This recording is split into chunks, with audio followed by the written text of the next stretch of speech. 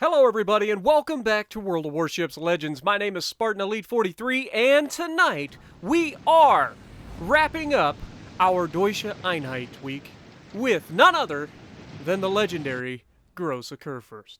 So, without further ado, let's get to it, shall we? Now we are on Sea of Fortune, we're in the Grosse Kurfürst. Now the Grosse Kurfürst is a unique ship in the legendary battleships in the fact that it's very, very... How should I put this? She's thick. She's real thick. Okay? And Grosse Kurfürst is very, very unmanageable if you're not used to using giant battleships. And I'm not talking about Yamato. Okay, everybody talks about the Yamato being the most powerful battleship. That just means it had the biggest guns. It wasn't the largest ship ever built.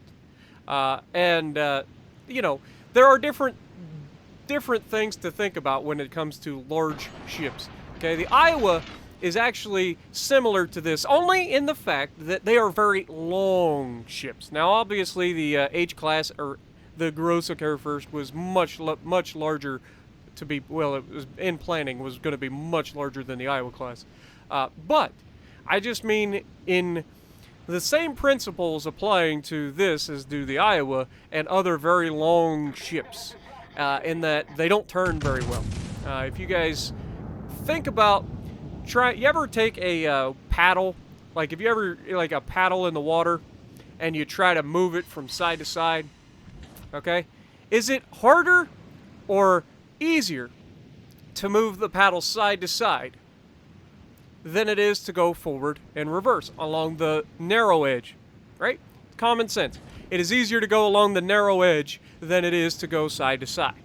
And when you think about water, obviously has a higher density than the air that we breathe, which, by the way, the air you breathe is a liquid.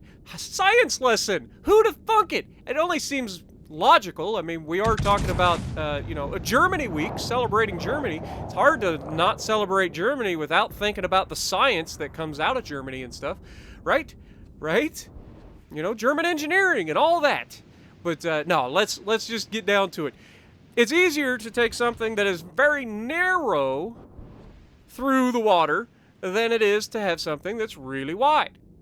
So, narrower ships like the Iowa that are really long can go faster in a straight line. However,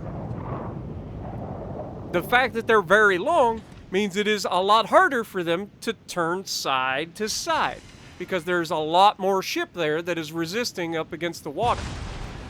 So that's why longer ships tend to take longer to turn.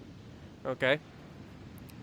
That being said, I'm just stalling until we get a time. Now, we've already started off with 20,000 damage. Got a very good opening salvo on the Conqueror. And one of the aspects that this ship actually excels in is getting close. Right? We know that it's a brawler, right? It's got lots and lots of armor. It's one of the few ships in the game, if not the only ship in the game, that the Yamato's 460 millimeter guns don't overmatch the bow of. Speaking of pals, we just smacked the Mogami out there to put him back in his place, let him know, hey, you're playing with the big boys over here. You might want to go elsewhere. But Mogami, not phased, keeps shooting over the mountain. We're going to wrap around this island and get behind the Conqueror. Now, if you're playing Sea of Fortune, you have to pick a side and win, okay? I've seen too many times teams that kind of just get stuck in their spawn. That is the absolute worst thing that can happen on this map. Why? Because it's so easy to push around. There's lots of cover, so you can get around behind enemies that are sitting in their spawn. And then you usually have cover to fire from while you rip them apart.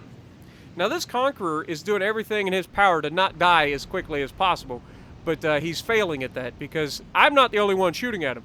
I've got a cruiser behind me that's shooting at him. I've got a battleship back there and a second battleship back there that all had shots at him. And now he's back around the corner thinking he's pretty safe. Unfortunately for him, how you doing, Sunshine? You forget about me? That's a mighty fine superstructure you got there, and down he goes. We don't get the kill, unfortunately. Akizuki does get a nice flood kill on him. It's a rare sight for an Akizuki to get some flooding damage kills, because they only get one set of torpedoes, even though they do get the torp reload boosters. Now, we're going to push out. We've got a Mogami out here who is running away from us. Unfortunately for the Mogami, he's going to forget that I have teammates. And that Mogami is going to run right into the Conqueror's armor-piercing shells. And that's going to spell disaster for the Mogami as he goes down to a devastating strike. And that leaves this Gross Occur First on an island all by his lonesome. And this is where the Gross Occur First absolutely excels. Now, you might think, well, first of all, we've got torpedoes incoming, but luckily widespread torpedoes or just really wide torpedoes from dispersion. Looks like a widespread to me, though. We're able to sail through no problem. But we're going to wait until he opens up and gives us a better angle. We're in the same ship, so we've got the exact same possibility. Now, once he does open up, we want to shoot the bow of the ship here. He's got a lot of armor around the belt, and that shot wasn't very good. We hit a little bit too close to the belt, but we turn in and negate almost his entire salvo of damage right now. Both of our secondaries are going crazy right now. There's a lot of firepower being slung back and forth at 3 kilometers from one another. But I'm going to turn out, get my rear guns to bear, and watch the damage difference when we actually hit the bow of the ship. Pow! Instantly. 22,000 damage right there. And we're about to get the front guns back to do it again. And there goes another 10,000 damage. Just absolutely punched him right in the mouth. Now, he did get a very good hit on us that time, but again, with the opening salvo with the rear and then this salvo, he was going down. I wait until he dies to knock out my damage control so we don't get a lasting fire from a lucky secondary. For some reason, I swear, maybe you guys know, maybe I don't, but do you guys think that like the dying breath that somebody has the absolute best RNG ever? Whether it be for citadels or fires or whatever, it always causes some sort of like damage from like fires or citadels. Always. It just seems like as you die, you get the best RNG ever. It's like Wargaming saying, well, we know you're going out, but we'll give you one last hurrah. Now, we're at 107,000 damage already. We've done pretty well for ourselves. Like, this is considering what was on our side, we've done pretty well. But we're going to push up. Yami gets spotted. He's mostly broadside. We actually do end up screwing this shot up just a little bit. He's kind of sailing away from us, and we put the shot a little too low. Those are going to mostly miss. Now, we do spot the Wichita out here. And our Conqueror, once again, who's firing AP, is going to rip this Wichita apart. Luckily for us, he's actually AFK anyway, so he deserves everything he gets. But, you know, good lord, man. Just Conqueror going nuts out here deleting cruisers today. This is what happens when a Conqueror actually loads AP. It's actually nasty AP. It's very nasty HE, everybody knows about it. But that AP, if you get good shots at people, is disgusting. I've done well over 70,000 damage to a Gross Occur First who's broadside to me. You guys saw that. That was disgusting. It's disgusting how much damage you can get out of a single salvo of Conqueror AP, especially if you get a nice, juicy, flat broadside to shoot at. Now, we've got the cap advantage. We have the ship advantage. We have the points advantage. What do we do from here? Well, we put ourselves in position to defend the mid. That's all we got to do, okay? And by doing so, we are going to put ourselves in the perfect position to help our team secure this win. Now, this Yami's pushing out. I looked over at our Massachusetts here, realized the Massachusetts didn't have any health, and he gets immediately finished off by the Yami. But I know the Yami's still there, and he's about to come around the corner. So I look up to see if I can see his bow. I do see his bow. That's going to allow me the really quick shot. We get the shot off. Are we going to finish him? Come on, baby. Gross Occur First, don't fail me now. And pow! Down goes Yami. 2 citadels absolutely deleted. Now, obviously, he didn't have a lot of health left, but that's not the point. Point is, he died. So we're going to push in and try to support our team. Conqueror has taken a bit of a beating here, but it's a Conqueror. Does anybody feel sorry for him when he has those super heals? No. Nobody feels sorry for a Conqueror. Anyway, we're going to push up. We've spearheaded the assault. We have put ourselves in a good position, and now our guns are back to being on the right side of the ship, and we are going to try to absolutely punch these guys in the mouth. We've got another Yami out there. We've got a Wichita out there. We've got the Gross Occur First. Wichita gets spotted temporarily and then immediately disappears. We take the shot with the front guns, then the Gross and Kurfürst gets spotted out there broadside on to God and everybody. And more importantly, me. So I'm going to turn the guns and see if we can't get, or turn the ship to see if we can't get those rear guns involved. And honestly, I'm just going to screw the pooch on this shot. He's turning in, and from this angle of attack, it's going to be real hard for us to really get a good shot onto that Gross Kurfürst as we bounce off of the Gross Kurfürst. Conqueror gets a good shot there into the Yami. Didn't look like a Citadel, but it was a decent AP hit anyway.